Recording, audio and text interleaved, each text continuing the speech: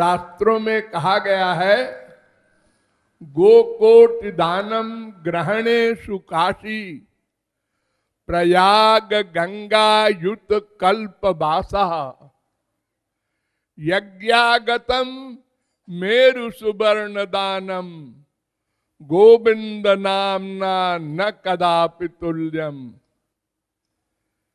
एक तराजू लीजिए, उसके एक पलड़े में काशी में 1 करोड़ गाय का दान पूर्ण चंद्र ग्रहण के अवसर पर कीजिए, कितना बड़ा पुण्य होगा। 1 करोड़ गाय जिसके सींग में सोना मढ़ा हो, जिनके पैरों में चांदी मढ़ी हो, ऐसी गायें सबत्सा,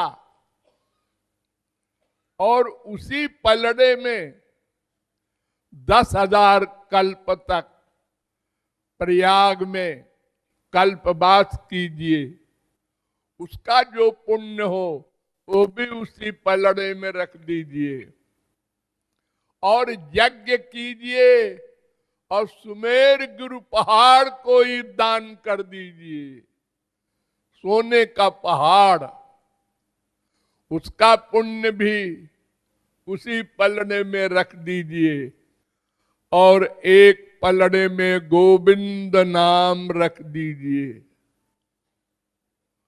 तो गोविंद नाम का पलड़ा जमीन में आ जाएगा, वो सारा पुण्य वगैरह ऊपर चला जाएगा।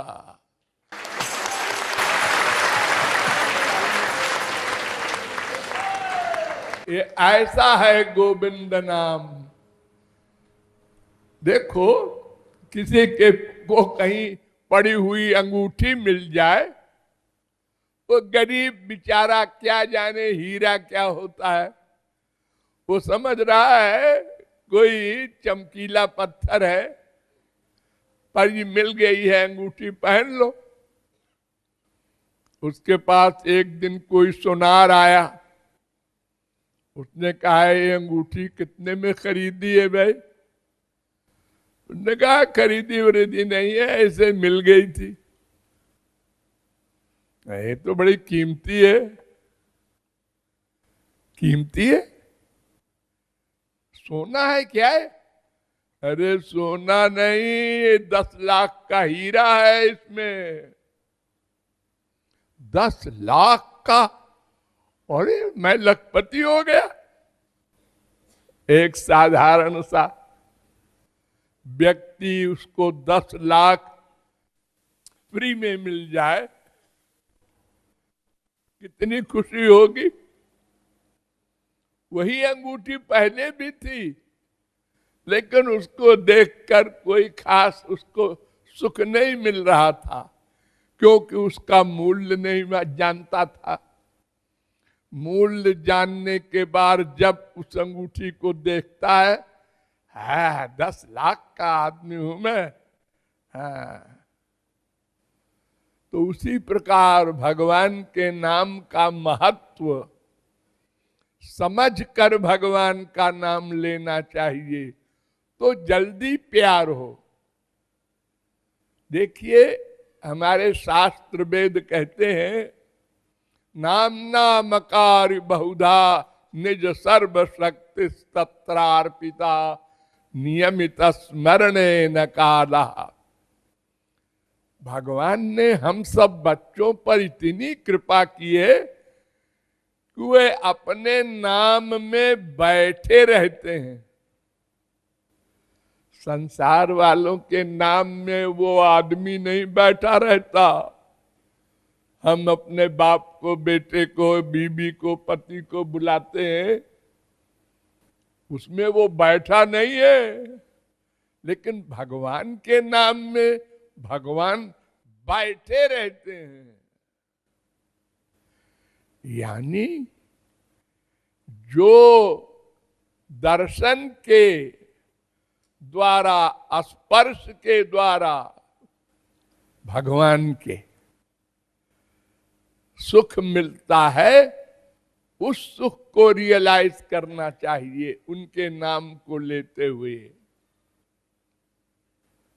इतना मूल्यवान है वो नाम, और फ्री में, और कोई नियम नहीं।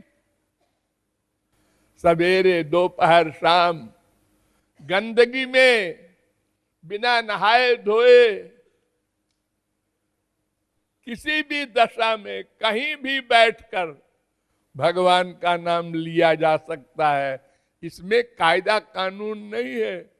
और देवी देवताओं के यहाँ बड़े कायदे कानून है। पूरब की तरफ मुंह करके बैठो, हाँ इनको लाल कपड़ा, इनको सफेद कपड़ा, इनको सिंदूर। बड़े एक गड़बड़ हो गई तो दंड मिलेगा।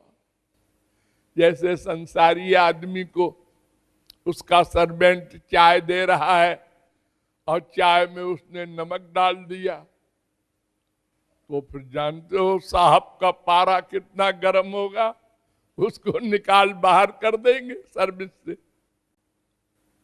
लेकिन हमारे भगवान ऐसे नहीं है।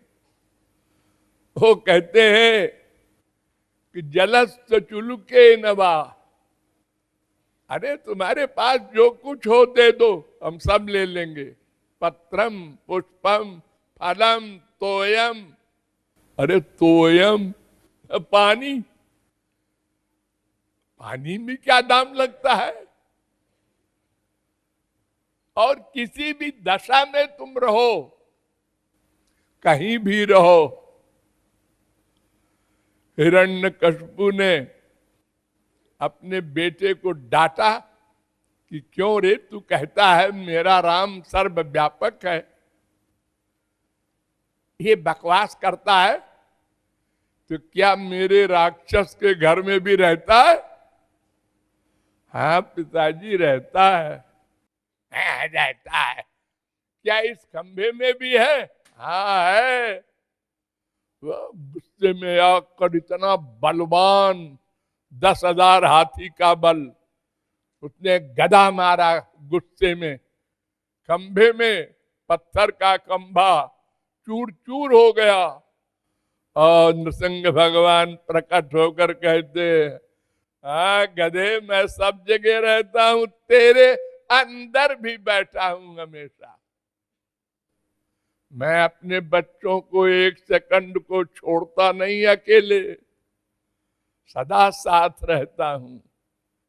ये संसारी माँ बाप नहीं है कि जब तक मतलब हल हुआ तब तक का उसका नाता है, मतलब खत्म, रिश्ता खत्म।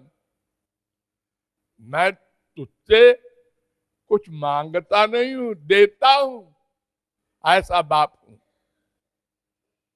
ऐसे दयालु भगवान, उनका नाम फ्री में कहीं भी लो, घोर गंदगी में लो, डरो मत। भगवान का नाम अपवित्र को पवित्र कर देता है। भगवान का स्मरण अपवित्र को पवित्र कर देता है। भगवान को अपवित्र नहीं कर सकती कोई चीज। हमारे यहाँ वेद व्यास ने कहा, अपवित्र पवित्रो वा सर्वावस्थांगतोपि वा। किसी भी दशा में रहो, भगवान का स्मरण कर लो, अंदर की भी शुद्धि हो, बाहर की भी। इतना महत्वपूर्ण है ये गोविंद नाम। ऐसा समझकर उसके महत्व को रियलाइज करते हुए, उनका रूप ध्यान करते हुए गोविंद नाम ली।